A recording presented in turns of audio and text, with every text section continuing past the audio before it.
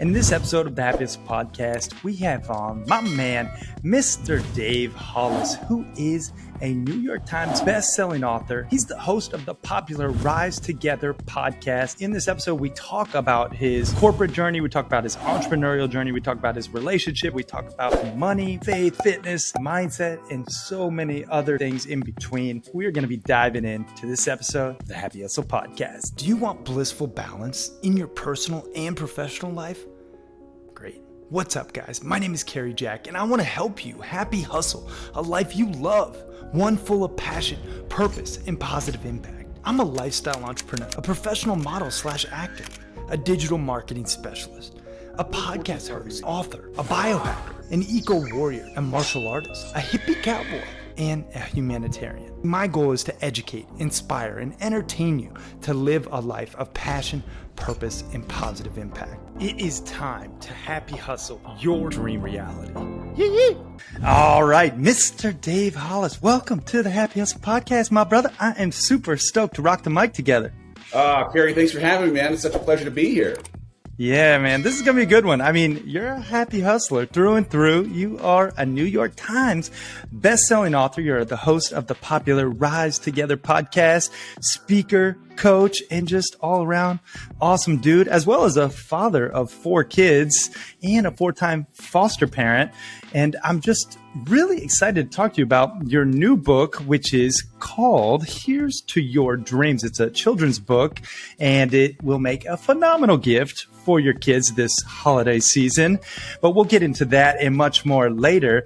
But Dave, before we get into all that good stuff, what is something interesting about yourself that not too many people know? Something interesting about me that people don't know. What's weird is I live a pretty open book kind of life. It's so strange to even acknowledge. But I think the thing that's most interesting in recent history, I just completed a thing that I thought I would never, ever do, in that I participated in a physique competition where... Whoa. Oh, yeah. That is the correct where, as a person at 47 years old, I find myself grateful to be in the best shape of my life, but went through something that I tell you, I had no concept of what I was getting into, no idea how much more it was about the mental and emotional parts of it than it was how your body looks, and just learned a ton about myself in a way that I don't know I could have if not for having gone through it. So, damn. I was on stage fully tanned, like really tanned. It was bizarre. Yeah, I love that. Well, what body fat percentage did you get down to? This is a good question. I don't actually have a good answer for you. I just know that I did a before-after shot for the Instagram, and marked difference in the way that I looked a year before I got up on stage. And as much as my weight didn't fluctuate that much, this thing called body recompositioning is a thing. Shift a whole bunch of what was not ideal weight and not ideal places to muscle that you hope to have it show up in. So anyway, it was more, I think, for me, the pride of committing to something and then keeping that promise to myself every single day in a world where there were no shortcuts. Like there just wasn't an option to, lean on natural talent or do it halfway and not have it show up when you're standing nearly naked in front of, everyone who's watching. Yeah, love that, man. I mean, I looked at a pic and you're pretty shredded. So kudos to you, man. That's impressive. I have not done a fitness competition. I used to run a biohacking company for a couple of years. So I did, fitness was a priority, still is. But I do think, doing a competition is extra accountability. And kudos to you, tipping the old hat for doing it. So thanks, sir. Thank you. Now it's in a world where being proud of yourself is a thing that every one of us who's listening right now should, aspire for. There was definitely something in connecting effort to outcome that made me feel super proud. And I've already actually signed up for the next one because, wow, as it turns out, recognize that I thrive in regimen and routine, accountability and consequence. And so there's something beautiful about the construct. And now that I know what I did in the first one, I'm curious to see what I can do when I apply even more of myself and push a little harder. We'll see. Wow. So what was the unforeseen hardest part of the journey thus far? Well, I mean, I think this may sound a little bit of hubris come through here, but I have achieved some pretty great things in my career, in my life. Mm-hmm.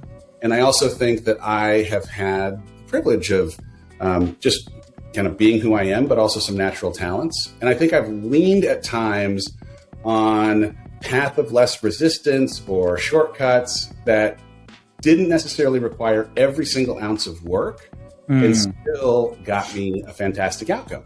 And what I didn't appreciate was that when you get to the top, when you achieve the goal, when you get recognized with a bonus or whatever else it might be, and didn't put in all of the work, there is something of an impact to the way that you end up feeling about yourself when you're by yourself, for knowing you could have done or could have been something more. And so for me, this exercise that, again, it didn't matter how tall I was, how charming I was, how much humor I used, how quick-witted I am, didn't matter. It was like, you're either going to eat on the nutrition plan or you aren't. You're either going to show up or you aren't.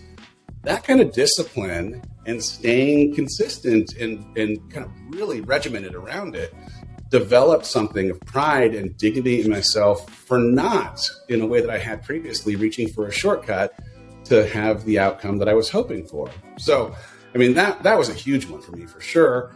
Integrity is such a, oft used word, but I'm on this mission to fall more deeply in love with myself in a world where I've struggled to really always love myself. I've got a pretty harsh inner critic. And doing what I say I'm going to do when I say I'm going to do it has been the access to self-respect and the access to dignity and loving myself in a way that allows me to love other people in the way that they deserve to be loved, which is rad. Who knew? I mean, everyone knows, but I think until you do something like this, you don't get the proof of that to be reminded of how important it ends up being. So well said. I love that. I mean, I really believe integrity is like one of the most important components of any happy hustler, any individual out there, looking to achieve greatness in whatever capacity that is for you. And I'll tell you, coming from a guy who didn't have integrity, like I was going down the wrong path. I was hustling, but not happy early on in my youth years, which I don't get into too much. But I will tell you, I was doing things that were illegal, breaking the law, taking from others. And now I truly righted that ship, where I just focus on how does this actually make me feel when I'm alone before I commit the consequence or have the action. Because oftentimes, you mentioned it, when you leverage your charm or your wit, or you are crooked in any capacity and you do something that isn't necessarily integrous, right? You are the one who suffers more than anyone else oftentimes when you're alone. And I just, I didn't plan on going here with Dave, but it's nice that we are here, because this is a principle of happy hustling. When it comes to just being a great, person, like, you got to have integrity. You got to do what you say you're going to do. That's, my dad's an old blue collar, hard working man. I'm sure that, you can relate. And like, when you look at like all the things that you're building right now, if you don't have your word, if you don't have your reputation, like, you really don't have much, because that's what it comes down to. By the way, though, like, it also comes back to building trust with yourself. Because when you're in integrity over and over, you come to believe that when you say you're going to do something, that you actually will. And out of integrity, often you start to not even give yourself credit for the possibility of achieving the thing that you suggest you're going to do, because you have so much evidence of the times when you've let yourself down by not keeping your word with yourself. And so, in some ways, it also comes back to setting not small, but like achievable, realistic goals, so that you're not always, shooting for the moon and coming so far short that you stop believing that you have the capacity to do the things that you're, hoping to do. For me, I did the most work in getting to this competition that I've maybe ever done on a project And I also believe that I got last place. And so I do think it's important to and it was a beautiful, humbling lesson for me that the 6 months that I really gave to this and I really worked for, it was not diminished. It was not something that I couldn't still be proud of, even if I didn't place at the top of this heap that I was inside of, because the person who was standing next to me, he'd been at it for 5.5 years. The person next to him was 7.5 years. And they've been putting in as much work as I just put in for my first 6 months for 7 and 8 and 10 times longer. And instead of being discouraging, as much as, of course, when I got there, I was super intimidated and all of my insecurities were, chirping. Yes. It was motivating because it was oh, look what's possible if I were to, maintain this kind of discipline and put in this kind of work over a longer period of time. And so it was part of, again, why I got off stage, I cried. Holy cow, what did I do? And then I was to my trainer, I'm like, we got to pick another one, brother. I need what's in 6 months from now that we can go charge, because I want to see what happens when I'm a year into this journey instead of just 6 months. My buddy John Acuff says all the time, give yourself permission to suck at something new. And guess what? I worked so hard and still I was brand new, and it was okay that I didn't place nearer the top and probably ended up at the bottom, because the progress in the process was the thing that I could have pride for, not the placing of where I ended up. Now I'm going to go try and change that placing over time, knowing it's probably going to take time before I find myself at the top. Amen. Love that. I mean, it's all about delayed gratification, truly, right? Sure. And that is why I feel so passionate about this mission of putting happiness in the everyday hustle and helping others do the same. Because, I think a lot of entrepreneurs, they focus on just that placement. If you're not first, you're last, Ricky Bobby, right? It's that is oftentimes the mentality, but you have to find happiness in the hustle every single day. You have to find joy in that journey, and also motivation when you're out there, lifting weights and eating very strict on your diet, like Dave's getting after it. There's no award for those days. Well, I would also say, there is something in kind of destination addiction, as it were, that you're going to be happy when, or you're going to feel satisfied when. I lived and worked inside of corporate America for a long time. I built a career inside of the Walt Disney Company for 17 years. I had a variety of jobs in Hollywood before that. And I had always convinced myself that I would feel a deeper satisfaction, or I would feel whole, or I would feel enough, or I would feel something when I got to that title, that pay level, invited into that room, had access to that person. Yep. And inevitably, after 17 years, I found myself as the president of sales, and I had the access, and I was in the rooms, and I didn't have the feeling. And there was a part of me that in the aftermath, and only in the aftermath, could I appreciate that, I missed some of what I was meant to appreciate in the journey away, because of the weight that I gave to how good it would feel when I actually got there, instead of appreciating the process or appreciating the work or the grind or whatever it ends up being in real time. We're only ever where we are right now. And if we're always delaying us feeling good for when we get there, we're going to miss so much of the good that's happening in real time, even when it's hard. Because it's not to say that it becomes easy, but this is the thing that you will look back on regretting not having appreciation for if you can't stay present with the good that already exists inside the struggle. Yeah. Well said, brother. I mean, I know a lot of people out there can resonate with that, where they're right now maybe going to a job that maybe they don't necessarily hate per se, that's a very strong word, but they dislike, or they know they're settling in some capacity, or at the minimum, you're not prioritizing the things that you deem most important, right? A lot of people out there can resonate with that. And I know I could, back when I was just grinding my face off, working like a dog, had my tech company. I've always been an entrepreneur. I've never been in the corporate game, but I know that I was just so focused on profit, success, ego, status, all the main drivers society deems important, right?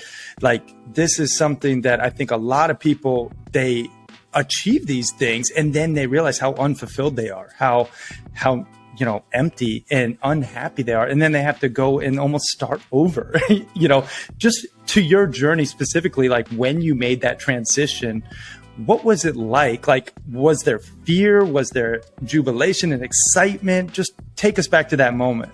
Yeah, there was fear. I mean, for sure. So I had the blessing of the 17 years at Disney. The first 10, I had 10 different jobs. My professional ADD was being satisfied. It was amazing. And I'd also, in some ways, been developing a reputation of, hey, this is the guy that you can throw into a situation, duct tape and fishing wire. He's going to figure out how to fix a thing with a little bit of attention, which was great. But at 36, so 11 years ago, I got the opportunity to run the theatrical sales division of the Walt Disney Company. So we're putting movies into theaters. And at the time, it was Disney and Pixar. And then in the years that would follow, it included Marvel and Lucasfilm. Wow. Yeah.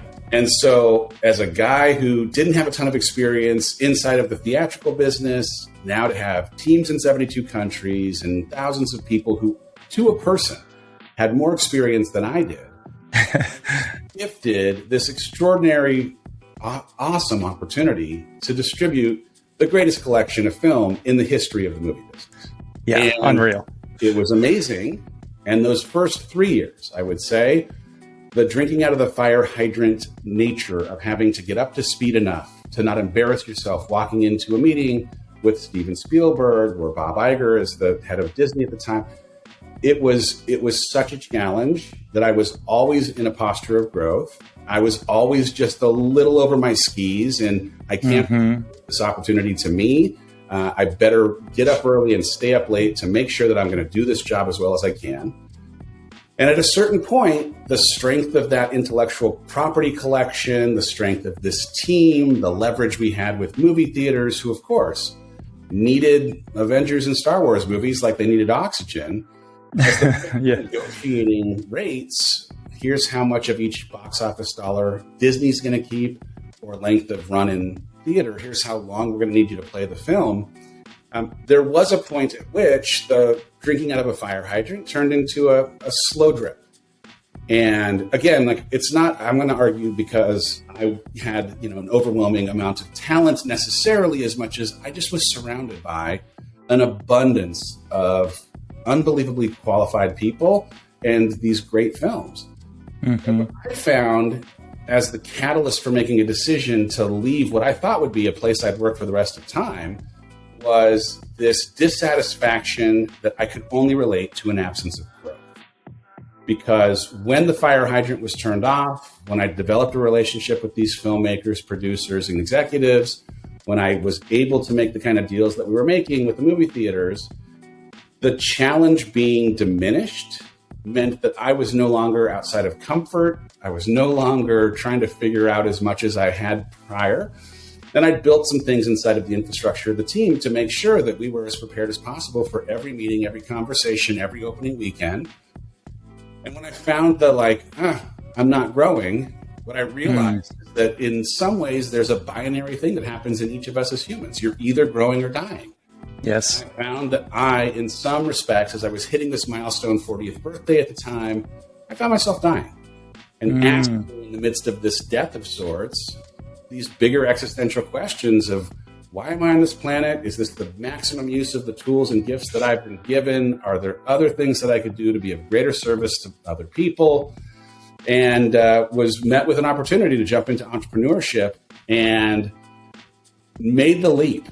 And what's wild, I made the decision to leave in the summer of 2017, and I made it 3 months after having signed a 4-year contract extension to continue doing my job. Oh, wow. Which is, not that it necessarily is meant to work, but in a crazy way, I had a knowing, I had something deep inside that told me this work, while it is unbelievable and provides well for your family and I mean, there's privilege in my ability to even suggest this. I just want to start with that. But I had this recognition that, man, you're choosing security over thriving, over growth, maximum utilization of your gifts.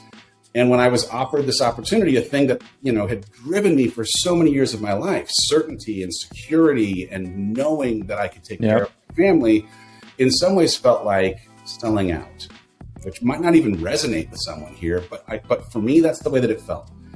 And so after I signed the contract, I went into a pretty dark place. And the answer for me was to look for something that might create opportunity that was so far removed from Hollywood, so far removed from Disney, that I might be able to reignite growing by chasing something totally uncharacteristic and new. And so I ended up with my then wife at the time. We decided to go into business together inside of the personal development space. Yeah. Well, it didn't work out. So we'll talk about that. But we decided to go do this thing. We decided we're moving to Austin, and in a way that created leverage to actually come back and have a conversation with Bob Iger at the time. The house that I am recording this in right now, bought on a whim so that I could pot commit myself to making a change that if I were to have returned from Austin and this exploratory trip without purchasing, I'd probably still be working there today. And so we got the ball rolling, and then the rest ends up being somewhat history. Wow. Oh my goodness. So much to unpack there. One point I just want to echo, Dave, is, I like to say you're either growing and evolving or you're shrinking and dissolving. And so I want everyone out there, listening right now, just to ask yourself truly, like, take a moment and just really think, like, are you growing right now? Or do you feel like you're kind of stuck? Do you feel a little complacent? Do you feel like you've just attached yourself to the certainty and the security that your current reality begets, right? And you're just stuck there. And oftentimes a lot of people, it's like quicksand, that sunk cost fallacy, will you, right? Where you're just, I've already worked here 10 years. The next promotion's only 5 years. And that's what a lot of people do with relationships. And I'd love to go there if you're okay to talk about it, because I worked with my, my girlfriend at the time. She's now my wife. With a business, we did our best to have a company together, and we got to a breaking point where it was, hey, it's either the business or our relationship, because it's like one of the most difficult things to do ever is, like, first of all, have a business. Second of all, have a business with your significant other. And, we just didn't have enough autonomy with our roles. There was a lot of things that I look back on. Like, it can be done effectively. My good buddy, Rory Vaden, and his wife, I don't know. Do you know Rory by chance? Oh yeah. Rory's the man. Him and AJ, was just with them in Nashville, staying at their house. They work together, they live together, they have kids together. It's a very impressive work relationship, like, I gotta say. And, sure, no one's perfect, but it can be done. I know you and your wife, you mentioned, were ex-wife, were unable to, have the business and the relationship. And I'm just curious, can you walk us through that, and maybe the biggest takeaway for anyone out there who is considering working with their partner?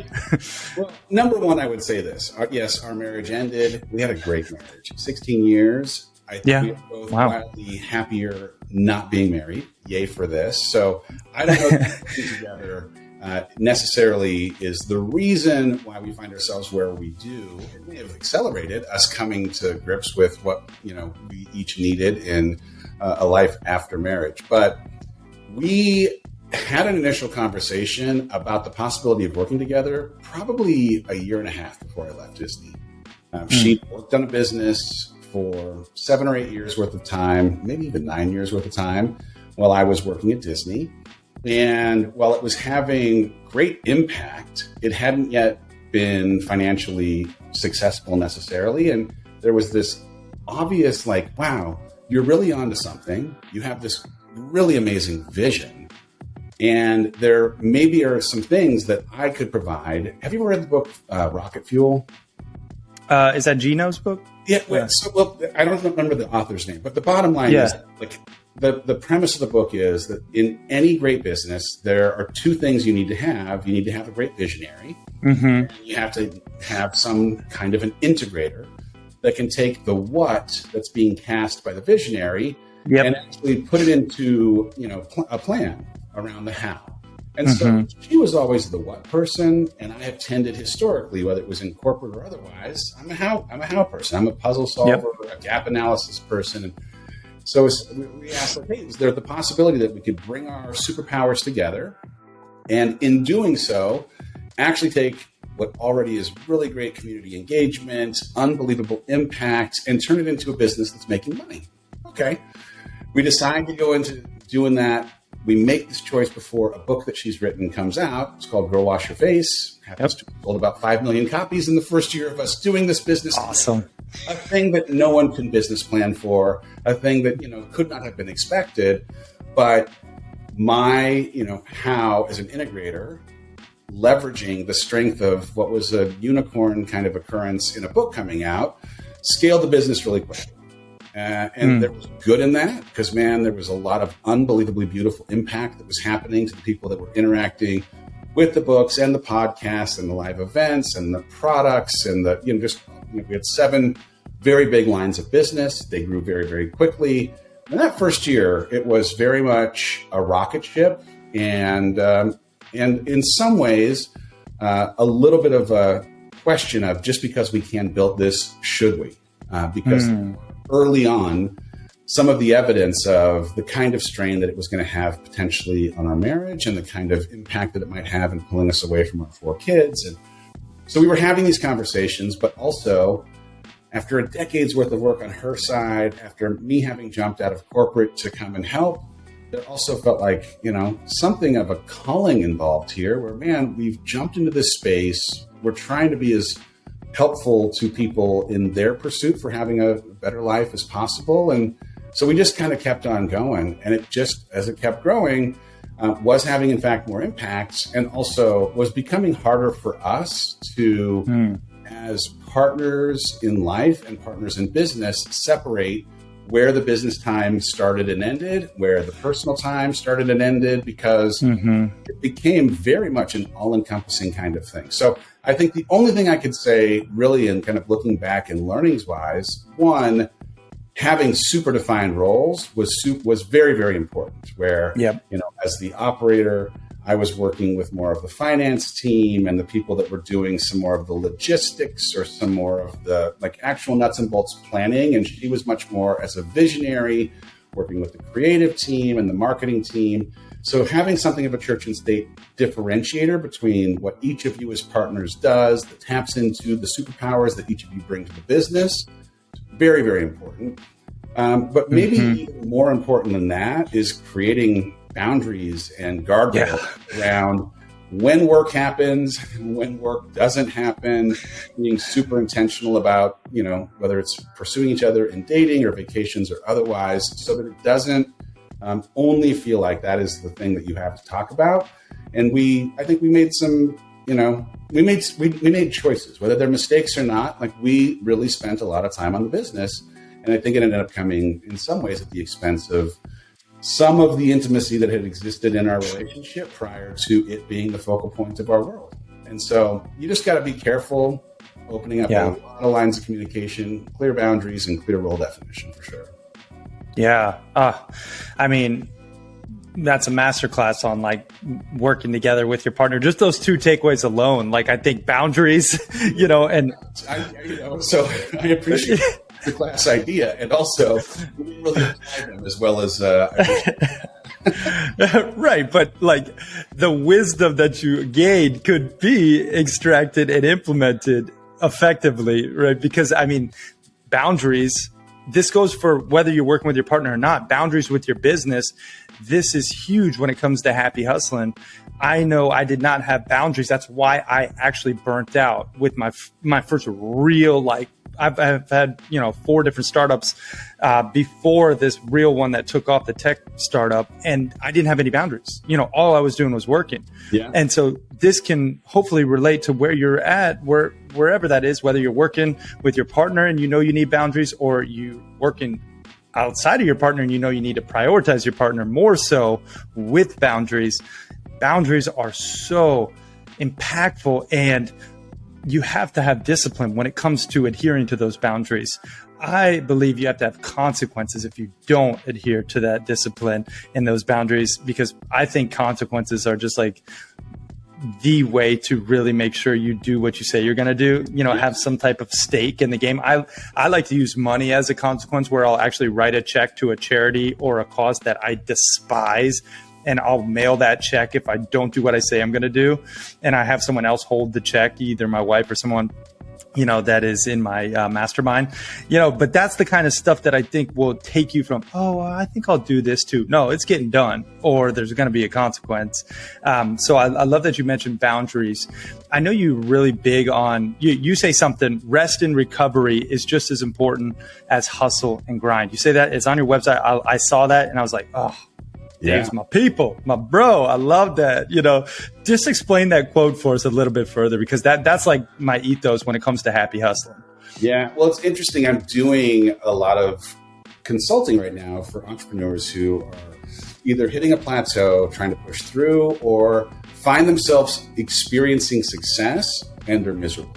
And it happens actually that more often than not, it's the latter that's reaching out for, how do I get back in touch with the passion, with the joy, with the sense of purpose, with the peace that I want and need, and still serve and still generate the revenue and still support the team. And so, I think some of it's just cultural. Like there is a celebration of getting up early and burning ourselves right to the very end. And there is something to be said for needing to sprint during certain seasons, whether it's a launch, whether it's, a rebrand or building out a new part of the business that's going to serve a new sector of the audience. But if it's not sustainable, it's not a thing that you can have as a part of your life. And so making sure that rest and recovery is something that you were indulging in. I would even say that rest, there's a lot of science around the importance of taking time to reinvigorate your imagination by actually enjoying something that you enjoy, having fun. And there's times where I think we feel guilty for taking a day off, or guilty for going out and having fun, but it's such an important thing for your mental and emotional health. But it also, if you're a creator in any sense of the word, it's something that can actually be a super spark for the thing that will potentially open up the next great opportunity for the business you're running, because you've stopped and reminded yourself of why the heck you're working so hard in the first place. So I don't know. I'm recording this right now, looking at my back window. There is a spot immediately outside the sliding glass door that I've called the patio of peace, where I force myself as I start my day to intentionally be present with my thoughts before I pick up my phone. That I can actually, in a little bit of a communing with God and a little bit of the noise, be really present with the kind of day I'd hope to have before the day starts to tell me the kind of day I have to have. And so if you can get to that place, sometimes, again, I think we think it's a trade-off of like efficiency or yield. And I'm going to argue that my 30 minutes in the morning in silence makes me a more productive person for the rest of my day, because I've been intentional in trying to construct in my mind, before I'm told how to have it, the kind of day I want to have. Yeah. So well said. Again, it's cliche, but you have to fill your cup first before you give to others. And, the 10 alignments of being a happy hustler, our soul mapping framework. The happy hustlers know this framework intimately because I speak on it a lot. But if you're new, welcome. One of my favorite alignments, one of the 10, these are 10 areas of life we focus on in order to achieve that blissful balance, both personally and professionally, is passionate hobbies, and just having fun, doing things that just infuse that childlike wonder again, that spark that creativity, that bring you joy. And oftentimes you got to pay for them. Oh, crazy. You're not making money from it. I know us entrepreneurs, it's it eats at us. It's there's no ROI on this directly. You often have to come out. It's an expense, but long term, the ROI is your happiness, your fulfillment, and the fun. And I live by this principle when it comes to happy hustling of, you must give equal importance to each of these 10 alignments, yes, but focus on one at a time. So when I'm fly fishing, for example, one of my passionate hobbies, or snowboarding, I know you're an avid skier, or, doing dance class with my wife, or, I was at Krav Maga last night, a Israeli survival system where I just get to beat on each other. Like, that's a passionate hobby. Like, these are things that just fill my cup, and then I can serve myself, my clients, my community, the happy hustlers, the world at large in a greater capacity because I'm full. And I think a lot of people, especially, I'll bring this full circle to relationships, a lot of people are searching for someone to fill that void in their life, but they're not whole themselves. And if you want a 10, I had a mentor tell me this, if you want a 10, you got to be a 10, and it's like, you have to actually become the best version of yourself, fill your cup, take that, that patio of peace time that Dave does every morning, and just tap in and really become a more whole human. And that's why I just love that quote about, rest and recovery, because it truly is just as important as that hustle and grind. And, I just think like too many people glorify the grind. Like, I know Gary Vee, he's out there getting it, and I respect him, sure, but it's like, he's like causing these young bucks to just burn out. And it's like, there's a better way, Dave and I are talking about it. If you need a little permission slip, I will say even this, like, recovery looks different for everyone. True. I would argue that, like, if you still need to make your recovery somewhat in service of your work, of your entrepreneurial journey, of this mission, recover in something that you're curious about. Because curiosity is the on-ramp to passion, which is the on-ramp to purpose, right? So, like, if you use some free time to do something that happens to also feel a little bit fun, or that you have some genuine, legitimate curiosity in, it is going to restore your battery. It's probably going to tickle a little bit of something in jump-starting your creativity, but it might also provide you some insight into a new next thing that you have passion for, that you might be able to, in fostering it and putting some of your natural talents against it, turn it into purpose, where you're serving other people with it and serving the business with it. And so, resting, to me, it's where some of your best thoughts are going to come. Recovery, again, it can look like anything. Like, I like to run. I like to fish. I like to, like, there's a whole host of rivers right in lakes right around here. I love to get out on the water. Real quick, did you know that 4 out of every 5 Americans are actually deficient in magnesium? And magnesium actually plays a ton of different roles inside the body. Specifically, it helps you to decrease the cortisol levels in your body. Those stress hormones. It helps you to actually build stronger bones. It helps you improve the sleep quality. So if you're not sleeping well, maybe you're deficient in magnesium. Also, it helps you promote healthy blood pressure. And that is why I take Magnesium Breakthrough by Bioptimizers. This stuff is legit. Let me tell you, it is packed with 7 different forms of magnesium in the proper ratios. And it really does make a difference. Like, you can actually tell when you take it. A lot of supplements, you really can't tell a difference. But with Magnesium Breakthrough, you actually can tell. So the best part is you actually get the hookup. They're doing a Black Friday annual sale that is going to blow your socks off. You can go to bioptimizers.com/happy and save big on all of their different products. 25%, baby. That's huge. You can go to bioptimizers.com/happy to save big for their annual Black Friday sale.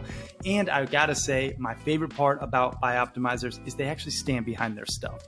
They have a 365-day money-back guarantee on all of their products. So if you don't like it for whatever reason, send it back. But I'm almost sure you're gonna love it. So check it out, bioptimizers.com/happy. Now let's get back to this episode.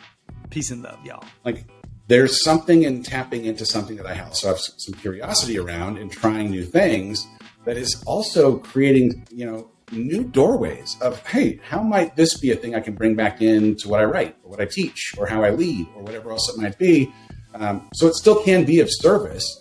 It's part of why it's as important as the grind.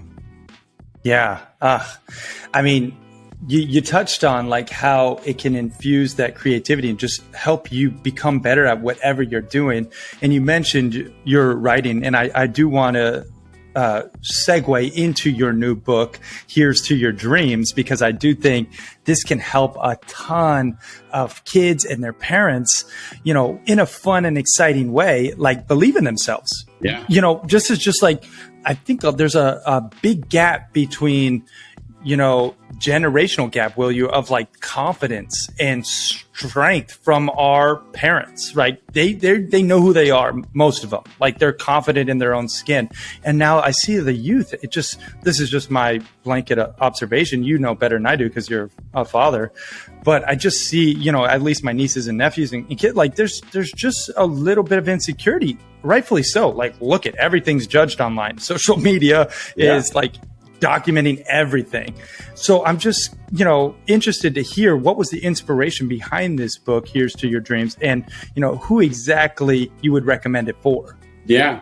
Well, what's crazy is my now 5-year-old daughter and I started doing this very simple and fun exercise at a tea table in her room in this house when she was 2.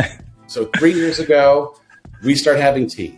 And it was at the time I was writing a book. My first book was called Get Out of Your Own Way.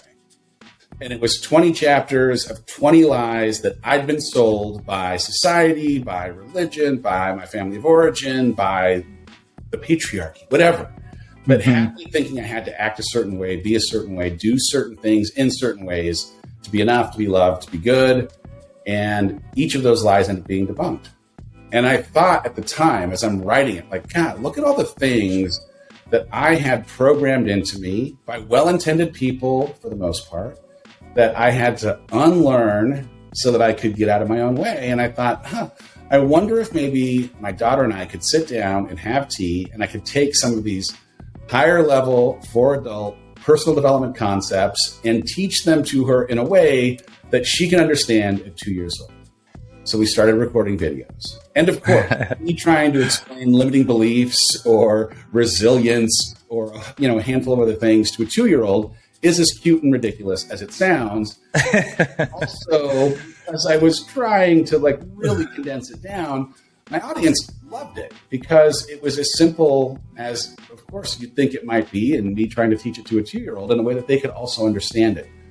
And we had a handful of seasons of, weekly episodes of us sitting around the tea table. And my publisher reached out and said, hey, you want to do a kid's book where you take and memorialize some of the fun we had trying to distill these high-level concepts down so kids can understand? And I was like, yes, this is a fantastic idea. No other reason than just, getting to work on a project with my daughter. What a fun thing. And so the first one was called Here's to Your Dreams.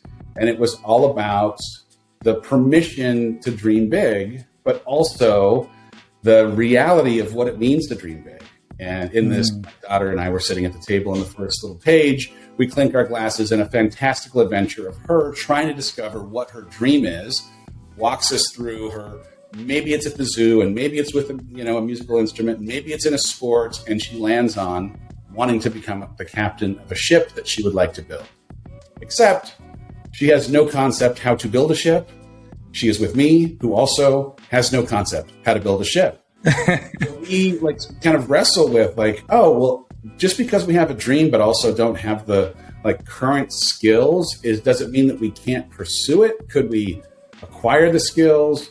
And we go on this mission. And of course, there's minor acquisition of skills and major acquisition of learning through failure, and the decision to keep getting up, and the decision to pivot when conditions turn against us, when the rain comes, when the boat falls apart.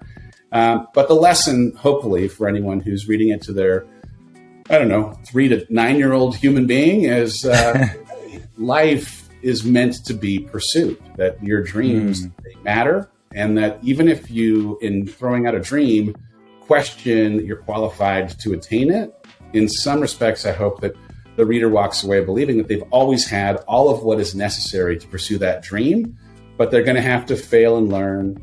They're not going to be able to predict the conditions. It's going to be frustrating before there's victory. And at the end, by sticking with it and continuing to get back up even when things go wrong, there's going to be pride and appreciation for what you can do when you believe in yourself. Gosh, I mean, I want to read this book just over and over again myself. But I got it in my hand. I would do it. I mean, come on, y'all listen to that. Like, we all need to believe in ourselves a little more and pursue our passions and just like never give up, chasing these goals and these dreams of things that we really desire. I think a lot of people, they regret I know a fair amount of old people who have regrets, you know what I mean? And it's one of those things that, if you want to really chase your dreams, if you really want to become the best version of yourself, you have to be willing to persevere past that adversity and never give up. So check out that book, Here's to Your Dreams. I love it, man. Where can people go to get the signed copy? Because I know you got that signed copy flowing now. Yeah. So if you head over to herestoyourdreams.com, there is a site that talks all about the book. There's some bonuses that you can have. There's some affirmation cards and some dream documents that help you figure out what your dream is. There's the perfect way to have a tease, but also there's a place to purchase. And when you do, you're automatically entered to win signed copies from both myself and 5-year-old superhero Noah Hollis. So, head over to herestoyourdreams.com. Oh, I love that. The 5-year-old superhero. That's great.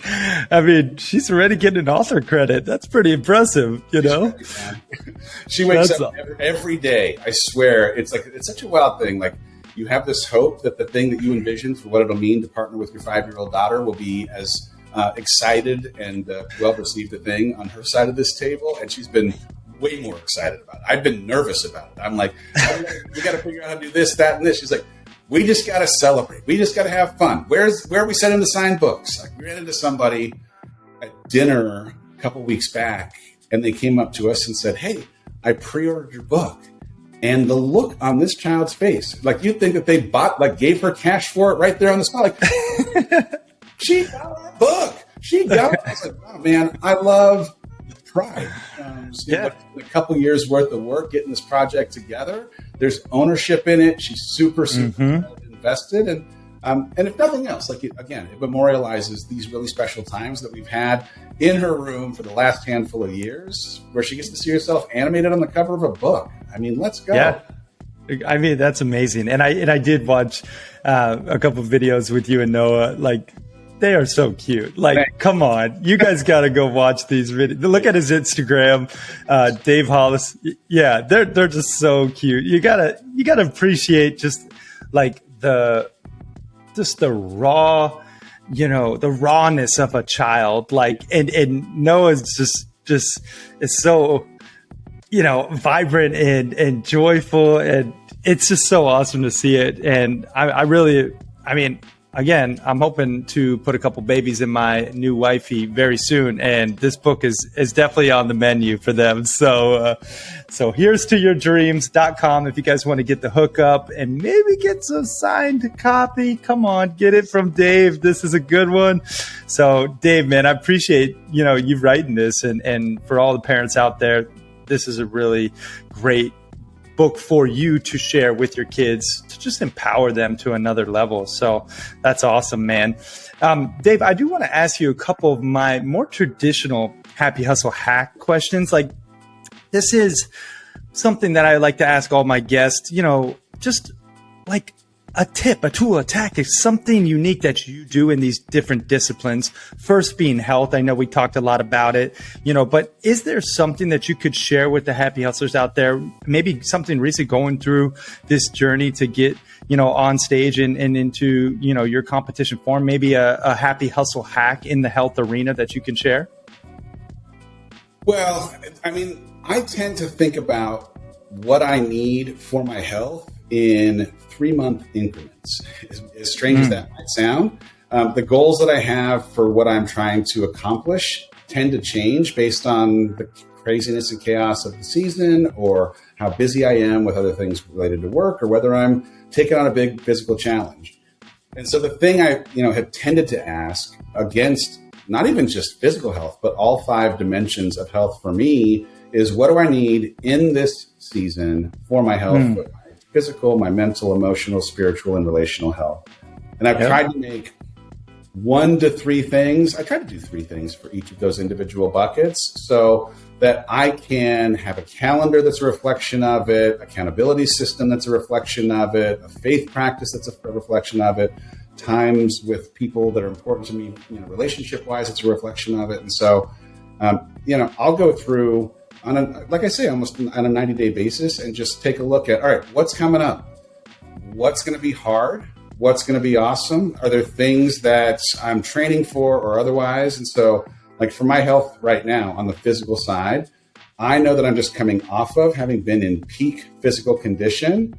But the thing I need in this season is to maintain my momentum because I know how I felt and I want to continue feeling it.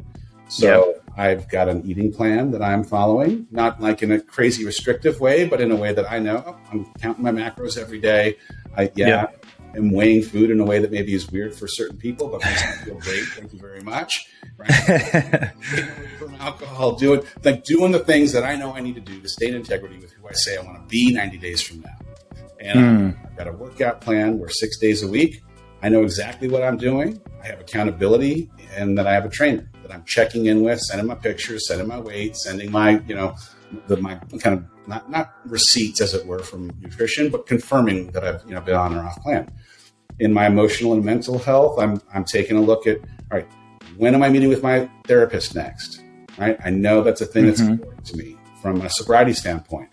Am I getting to meetings so that I'm not, making mistakes when it comes to alcohol? Am I having conversations with friends often enough when I'm having a down day? Am I spending time on the patio of peace, clearing my head? So I've got a list of the things that I know I need in the next 90 days. And for me, like the 90 that we're in right now are arguably the most important because the holidays for me can be times of deep, deep celebration. And also in the aftermath of divorce, in a world that doesn't have me have my kids, but every other week, like I know if I don't have a plan that the things around the holidays that can push me closer to darker feelings, depressed feelings, they become real if I haven't created a plan to make sure I'm giving myself every chance to fight for life. So I would say for anyone asking, what do I need in this next season? Think of it just in the 90 days that are ahead and answer the question against the 5 different dimensions of physical, mental, emotional, spiritual, and relational health. And then you have your answers, build out that plan. What does your day look like? What does your week look like when you're living in integrity to serve the needs that you have in those next 90 days? Yeah, that's some gold right there. I love how you distilled it, so simply and eloquently. I mean, the 90-day plan, I really think humans work well in 90-day sprints. I don't know if there's science behind it. Maybe you know more than I do in that regard. But just like, I feel like further than 90 days, it gets a little bit too far-fetched. Inside of 90 days, it's like it's also a different mindset. Yeah, I don't know. That's a really great happy hustle hack there, man. I love that.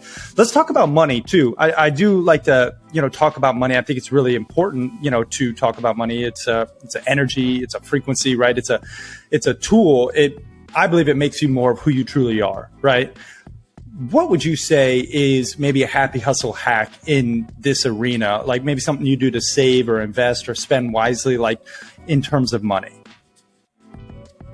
I think the first thing I'd say is find a way to share your money so that it feels meaningful when you make it. Like at a certain point, you're working toward financial freedom, which is valuable beyond the words financial freedom. But getting to a place where you're not worried about bills or catching rents just as it's being needed to be paid, that's huge. But when you kind of reach a place where you can also set aside a little bit of money to give, making money feels even better because you go toward the service of others. So I've got a giving fund. 10% of whatever comes in goes right into that fund. And I get the pleasure of getting to reach out to the people that I want to try and support on Giving Tuesday or a December campaign for, a cause that means something near and dear to my heart. So I would start there. Finding ways to create some boundaries around how the unpredictability of the market, the unpredictability of the world, I've got another COVID kind of thing happens, but whether you call it an emergency savings or do not touch no matter what kind of account, I think there's something important in making sure that you've created something that can persist or persevere through whatever ends up coming next for peace of mind. And it's, I heard someone on Instagram yesterday say, worrying about the future is like praying for bad things to happen, right? Like I'm not True. worried about the future. And so the way that I can inoculate myself from worry is knowing that no matter what ends up happening, there's been consideration given to the worst case scenario that has me in a place where I'm going to make it through, even if it's hard, even if it's sad, even if it means that there's some sacrifice or trade-offs. But getting that emergency savings just for peace of mind, and then being disciplined enough to not touch it, no matter what opportunity shows up or what car shows up or whatever shows up. It's a thing that'll help you sleep well at night. Yeah. Ooh, two really great points there. I mean, I personally, I know, we both appreciate Tony Robbins and what he has to say. But he said something that really resonates with me that I live by, which is the secret to living is giving, and I think, if you're not going to give 10 cents out of $1, right, you're not going to give 100,000 out of 1,000,000. That's just the truth. And so I like to automate my giving. I know you talked about having a giving fund, which is awesome. I just have it go automatically every single month. I love supporting this. It's an app called Kiva. It's a website. I don't know if you've ever heard of Kiva, but you can support social entrepreneurs in third world countries, and you just give them microloans. And I've never got the money back, but that's one way I give every single month. There's also, different organizations like the Sea Shepherd, fighting illegal whaling and fishing. And I have another eco business with my brother, Eco Breakthroughs, that I'm big into, like climate change and the plastic pollution epidemic. And so I just you got to find causes that you really feel fulfilled when you're giving. That way, when you make money, you feel great about giving it.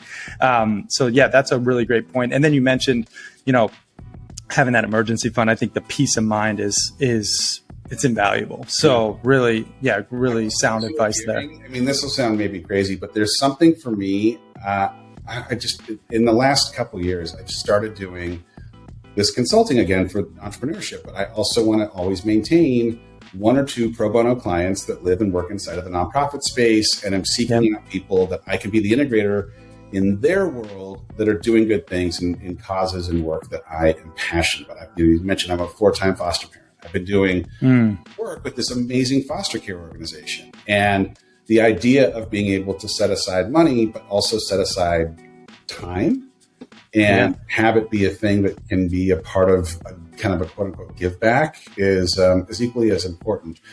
I don't know, I don't like the idea of writing checks as much as I like the idea of writing checks and being a participant in how that money gets spent, so that the, really, I want to help them spend it in as best a way as possible. Maybe there's some ego in me thinking that I can figure it out more than they can, but I want to be an active participant in the giving as much as giving. If that makes sense. I love it, man. Yeah, you and me both. We got to talk. I have the Happy Hustle Foundation starting next year in 2023, which is serving the Native American community and helping them by empowering entrepreneurship, not just giving them a fish, which obviously a lot of people do to different causes, but teaching them how to fish, the old adage, right? And we're working out in Montana. We're with the Crow reservation and a couple of different tribes in, that region to start. But that's something that I'm super passionate about as well, is getting your hands dirty, actually helping. So I'd love to maybe collab on that in some capacity. We got to talk. I've been super involved in an organization called Help One Now. In a similar kind of fashion, there are 9 different third world emerging markets where instead of just sending money, taking the money, finding a local leader, and then having that local leader find a local team to actually understand the needs of what's happening in Uganda, Ethiopia, Haiti, Dominican Republic, a handful of markets, and then having that person make the recommendations on how that money is spent so that they can revitalize. But part of what ends up being a big part of the grant system is something called the Family Empowerment Program, where they're walking in and teaching people on the ground how to build and sustain small businesses, so that instead of it being a grant that you spend to build a single building, you're building a family that builds a business that creates an ecosystem that then becomes a self-sustaining thing. Woo, I got some ideas. So if you want, let's do it. Let's talk. Yeah, I would this up. Woo. Yeah, that's amazing, man. It gets me fired up for sure, because that's what it's all about. Really, just empowering others. Even bring it back to your book. Like empowering your kids to chase their dreams, empowering others with skills and knowledge and abilities and resources. Like, we're very blessed just by being white males in the United States.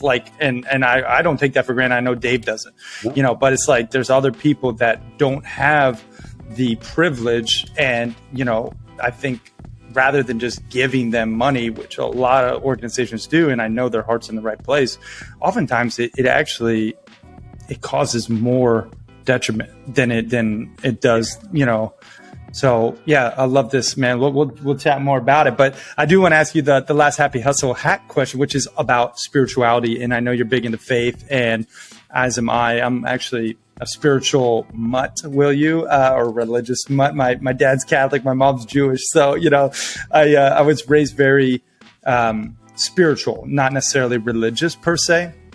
But, I pray, I meditate, I do breath work. I believe in a higher power, and it's very much ingrained in me and a part of my daily routine. I'm just curious for you, if you have a happy hustle hack in this arena of spirituality that you can share, with the happy hustlers.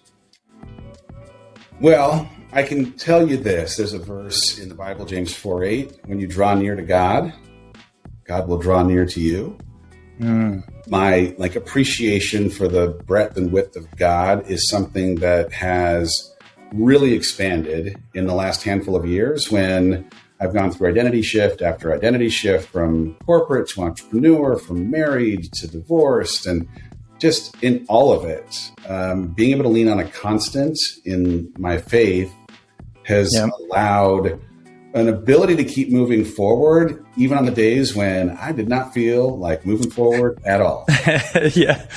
And part of it, in any kind of spiritual practice, if you want to get juice, you got to squeeze the fruit. And so coming toward coming towards your maker, whatever you believe in, you've got to actively pursue it to actually get the yield that you're hoping for. And so I'm saying it as much to myself as I'm saying it to anyone who's listening, because there are definitely seasons where I find myself more frustrated or less motivated or more discouraged. And I realize, I haven't been staying true to the things that I declared in my, what do I need in this spiritual health component for the next 90 days.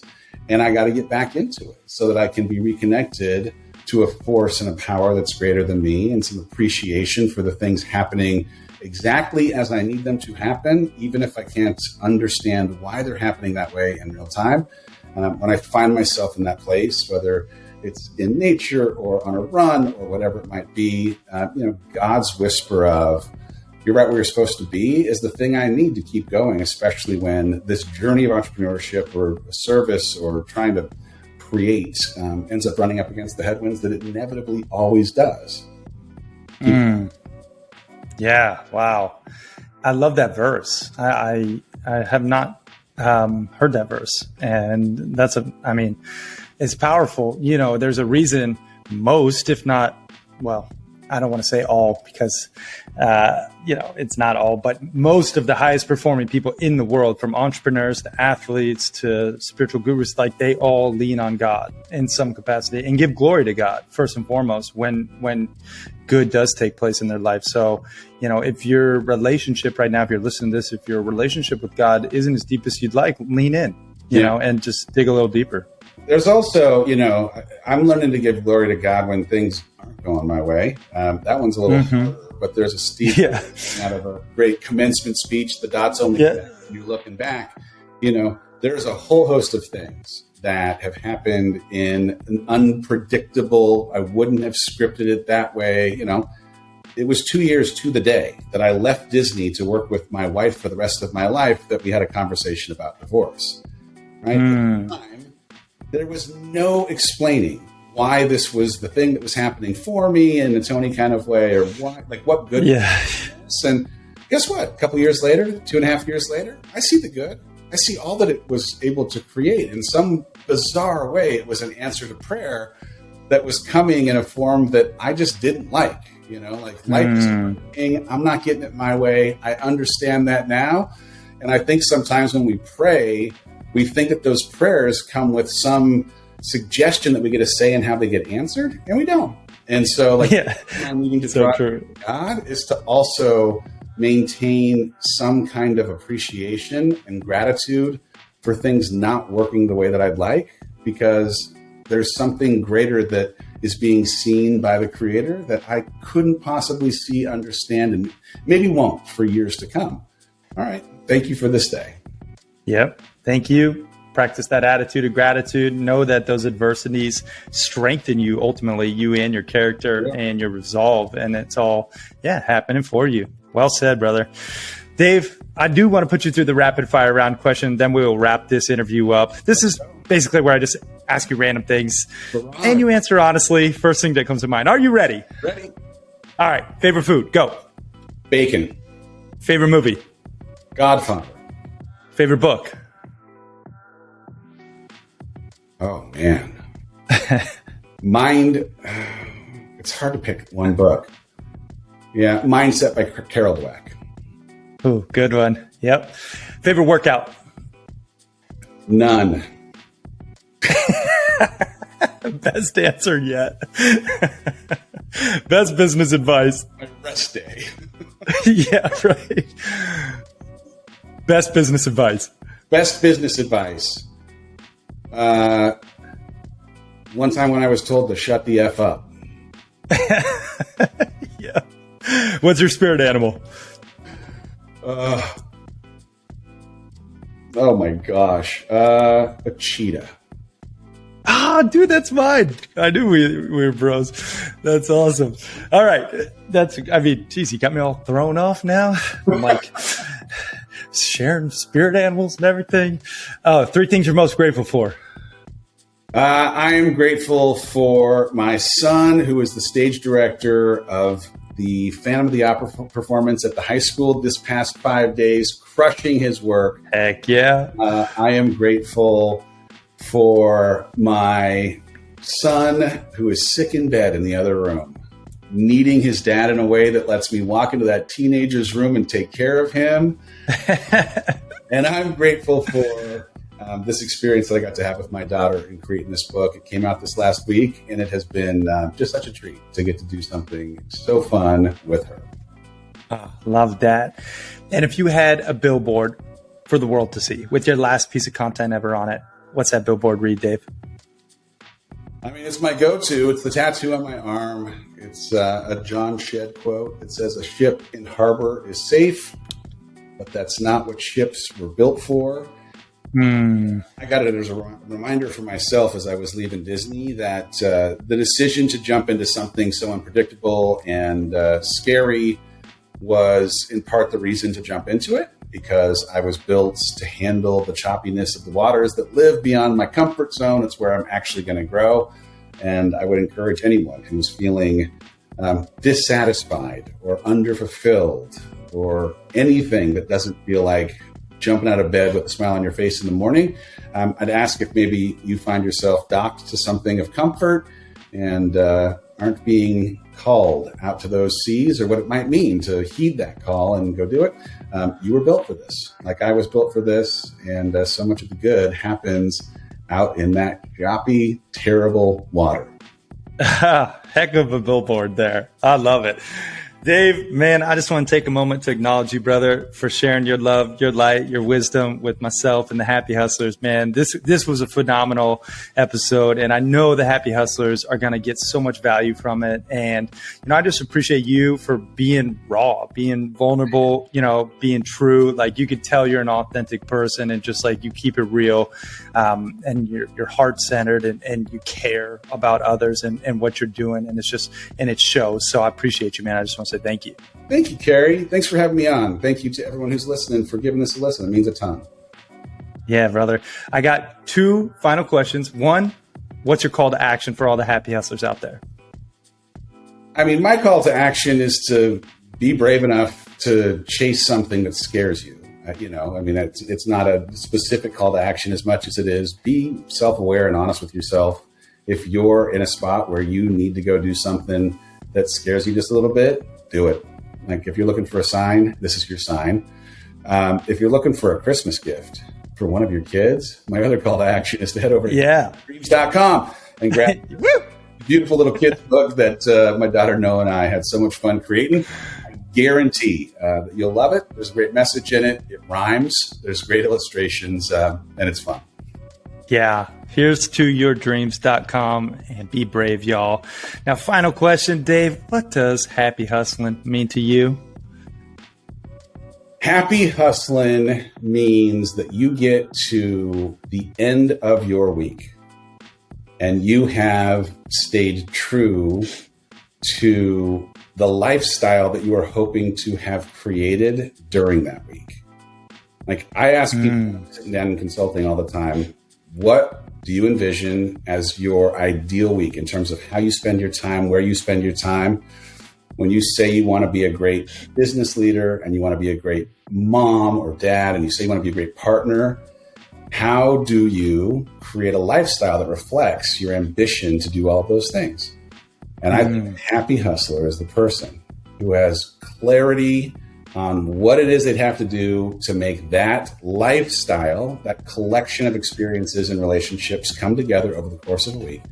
The happy hustler is the person who gets to the end of the week and looks back and says, man, I stayed true to who I said I wanted to be in all of these areas. Even though it was hard, even though it came with trade-offs and compromise, I was that partner, that parent, that leader, and I did it without going crazy or being drunk. Amen. Oh, amen indeed. Mic drop, y'all. Dave Hollis, thank you for watching and listening, everybody. We are out. Peace and love.